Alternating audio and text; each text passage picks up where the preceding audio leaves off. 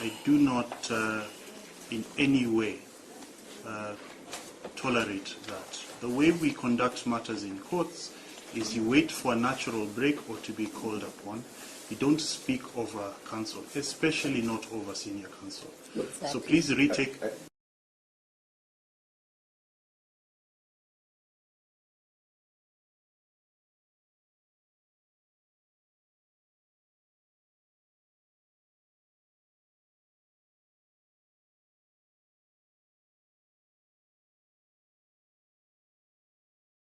I agree. Counsel, I'll wait. Please retake your seat. Senior counsel, continue. Most obliged. So we are also seeking to be heard. The paragraph 6 has the link, and the link has the full video. It begins with Right Honorable Raila Odinga and ends with Dr. William Ruto. And I would seek that it be shown fully, because the link is not partial, and the link is Azimio TV. And these are matters in the public domain. This is a case, my lord, where we'll have to show a pattern and to show that the state has knowledge at the highest levels, to be able for the court to determine the two issues, to secure the liberty, to inquire into the legality. What I can assure you, senior counsel, because if you are stating that the link is full, when I retire to write, I will do this all again. Okay. Where I'll click on every single link. If it is full, then I think your concern is would be addressed. Yes, counsel. Most obliged. My Lord, I was just referring to the links that were shared over the weekend. And I didn't see any link that included the portion that senior counsel is referring to. What was shared is what we are seeing on the screen today. Well, it's not a big deal. If when I retire, I click on that link, because the link will not change. If I click on that link and it doesn't give what I expect, I think my Mr. Guyo is preempting. Okay, let's do it that way, Mr. Guyo. No, it's okay. Let's do it that way. We can. You can save me time. But do we have that affidavit? You have the link in PDF? The same link. Yes. Is contained in the affidavit of the 8 interested party at paragraph 21. Challenges, my Mr. Guyo is not, you have to log in. I believe you have given guidance as to how let's just leave it at that. Let us move. Let's just leave it at that. Yes, Counsel, you have about an hour left. Yes, Your Lordship. That brings the end to the presentation. And I've been inviting Councillor Ochel Dudley to submit on issue 1 on compliance.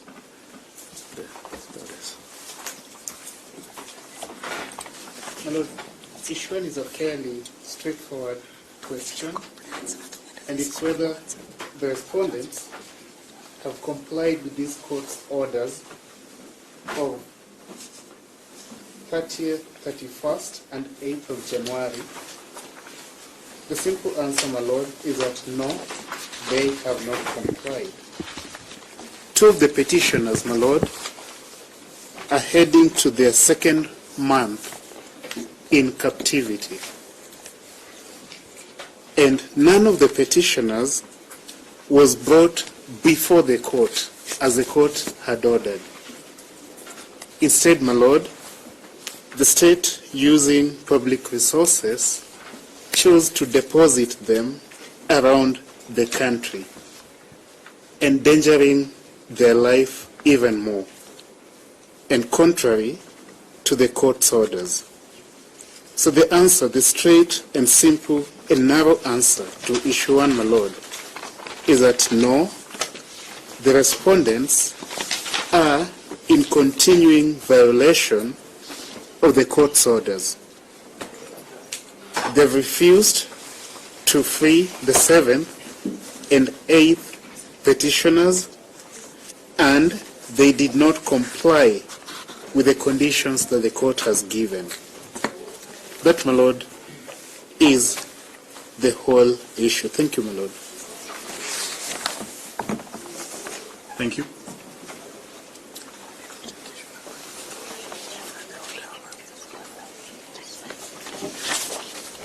My lord, on the second issue, Yes. I'll submit shortly to allow senior counsel Martha to proceed with the same, is whether an order of habeas corpus ought to be issued.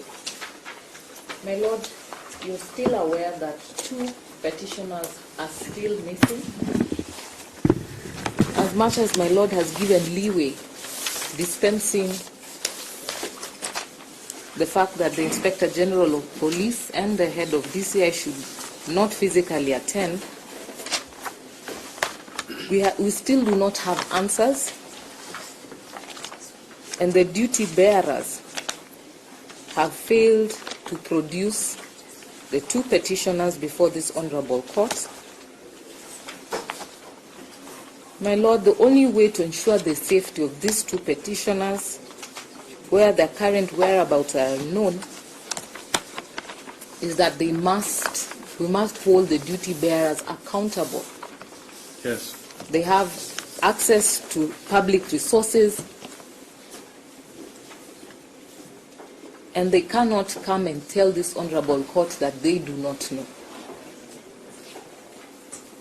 My lord, your brother Justice Mbruna, in the case of the Law Society of Kenya and 3 others, versus the Attorney General, the Constitutional Petition E-467 of 2021,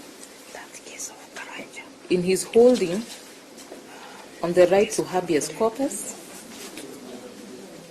Yes. he stated that the right to an order of habeas corpus can be described as the greatest guarantee of human freedom ever devised by human beings. Its importance rests on its being the absolute safeguard against arbitrary and lawless state action Yes. on its citizens or aliens lawfully within the borders. He further stated in paragraph 57 that under Article 3 of the International Convention for the Protection of Yes. all persons from enforced disappearances, states are obligated Yes. to take appropriate measures to investigate any acts of enforced disappearance and bring those responsible to justice. My lord, the respondents before you today have failed to comply with those court orders,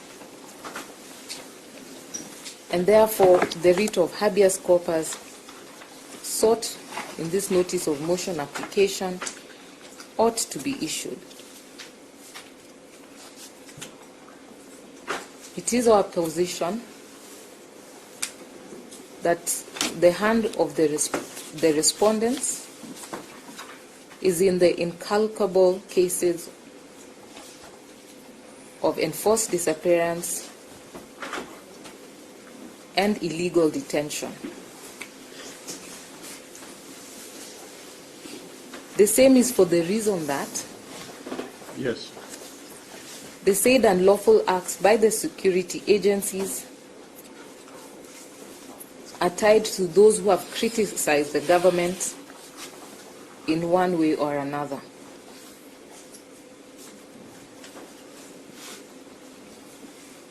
My lord, to date you have not received any information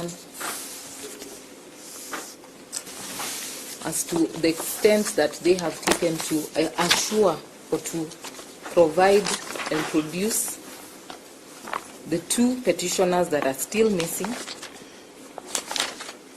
know any reason as to why they are lawfully being detained, or at all.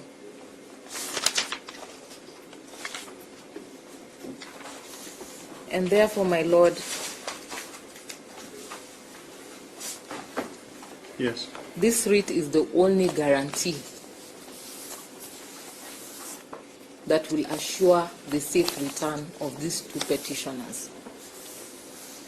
Thank you.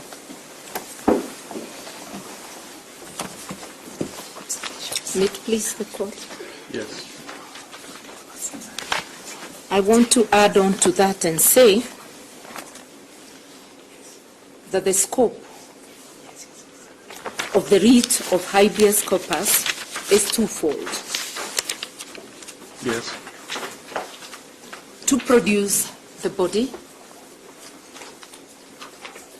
and to inquire as to the legality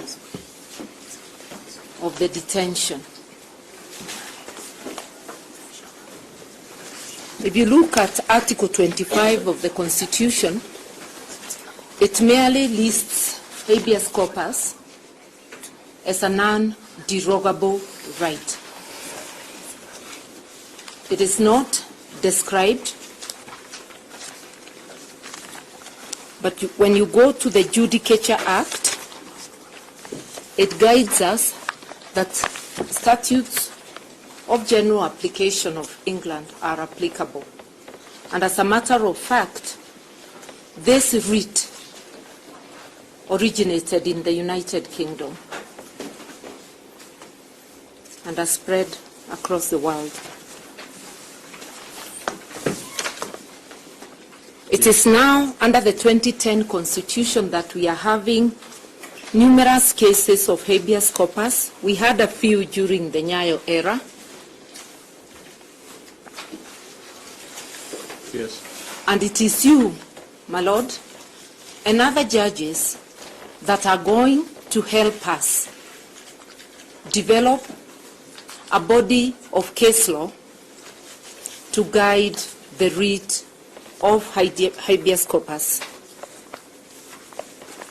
You are referred to the case of Stephen Mureithi, yes, whose facts are totally different from these ones, in the sense that when the application was made, Mureithi was long dead. He had been released from captivity, had died through natural attrition, and the application was being brought after the promulgation of the 2010 Constitution to redress his rights. So the court properly ruled that the writ was not applicable. But its ruling, it's helpful to those facts, not to all other cases. If you look at Article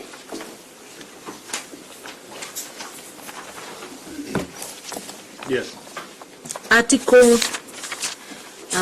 the page has disappeared, but I'm going to get it. Okay. Article 165, which establishes the High Court. yes, In particular, subparagraph 3, subject to clause 5, the High Court shall have unlimited original jurisdiction in criminal and civil matters. Even if I don't go on to show about the court's jurisdiction on the issues of fundamental freedoms in the Bill of Rights, the fact that this court has original jurisdiction in criminal and civil matters brings issues of the writ of habeas corpus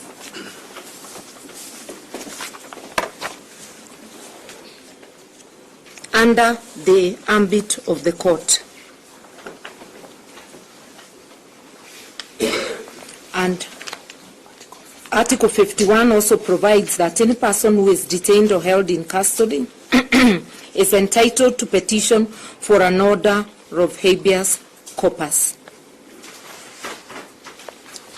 And then this is governed by the Criminal Procedure Code on how to deal with it. Yes. So my submission is that the court first has a duty to order the production of that person, and that does not exhaust the writ. And the person is produced alive or dead. Yes. In the 1987 case of Barack Kanja by Justice Schofield in Eldoret, Kanja was produced dead after exhumation of several graves in Eldoret. So in Kenya, persons have been produced alive and also dead. The second is the court to determine the constitutionality or the legality or otherwise of the detention. I want here to point out, my Lord, that detention has become, abduction rather, has become an epidemic. Yes. In this country since last year, and the court may wish to take judicial notice that there's been abduction of both foreigners and locals, and we are in court on the abduction of, initially it was 7 persons, and that petitioner 2 to 6 were coincidentally released just before the IG, the CS Internal Security, and other top officers were to appear before you.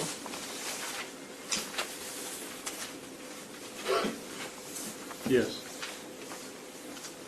We will also be showing that there a pattern, that instead of releasing these individuals, producing them in court, they are released elsewhere, and then the duty bearers come to court, wipe their hands, come to court and say, we do not know, we understand, they are now home, as a coincidence. So it is upon, my Lord, to stamp the authority of the law, which will be stamped by this court, because the people of Kenya have given the courts the mandate to oversee the rule of law and to settle disputes between those in authority and citizens.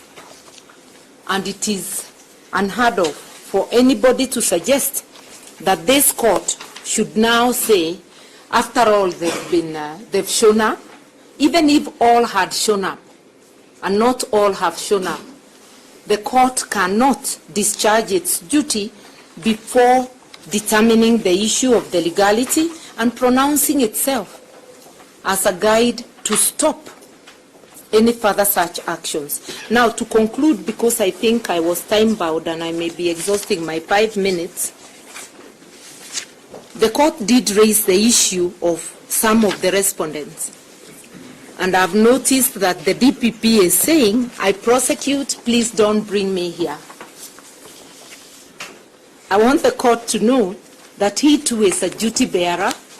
He can direct the police. We have not had any, he has not come to court and say this practice is wrong. All of them are just quick to tell the court, remove me from your presence. Let me not explain. Just a moment, Senior Counsel, just a moment. Mr. Chochi, I may forget. Am I correct? I remember seeing, I think I saw something from the DPP, the person of the DPP, directing, I can't remember whom, I just glanced at it somewhere, directing, I think it was DCI to investigate abductions? Yes, my lord, we are written to the IG. You've written to the IG? Okay, that's it. That's fine. Thank you. It is up to my lord to find whether that is enough or whether a public directive that this practice must stop, and whether there is admission by the authorities that indeed it is them. Because when a duty bearer comes to court to say, I don't know, or it wasn't me, in a way it's contempt of court. It is actually obstructing the ability of the court to do its work. So I want to urge the court, habeas corpus is in the nature of an inquiry. Look at the facts of the case, look at the circumstantial evidence, look at the statements of the Kenya National Commission on Human Rights, a constitutional body. Look at the entire evidence and pronounce yourself authoritatively, not just for the petitioners before you, but for our country, Kenya, so that we may feel safe and the duty bearers may not continue to draw salaries while folding their hands and merely saying it wasn't me.